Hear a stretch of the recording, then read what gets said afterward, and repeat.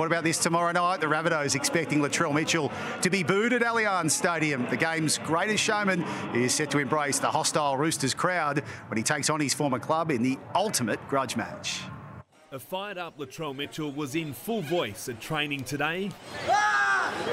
With a bandage-free left knee, Latrell looked happy as he completed captain's run, and his coach wants his superstar fullback to be himself in tomorrow night's showdown with the Roosters. Yeah, he's a showman. You know, we want people to be showmen. Jason Demetrio confident last Thursday's racial slur levelled at Latrell won't lead to more abuse from Roosters fans.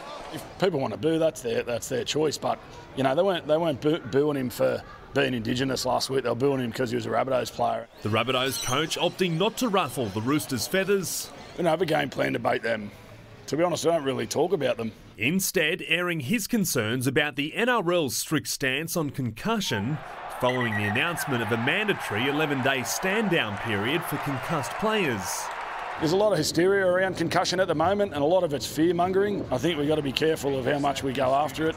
And I think players that play the game need to understand that it is a contact sport. There's risk in contact sport, and these guys are looked after better now than they ever been, and rightfully so. The Roosters have a headache of their own, although Trent Robinson did his best to dispel suggestions Joseph Suali'i will want to leave the club after captain and current fullback James Tedesco re-signed until 2025.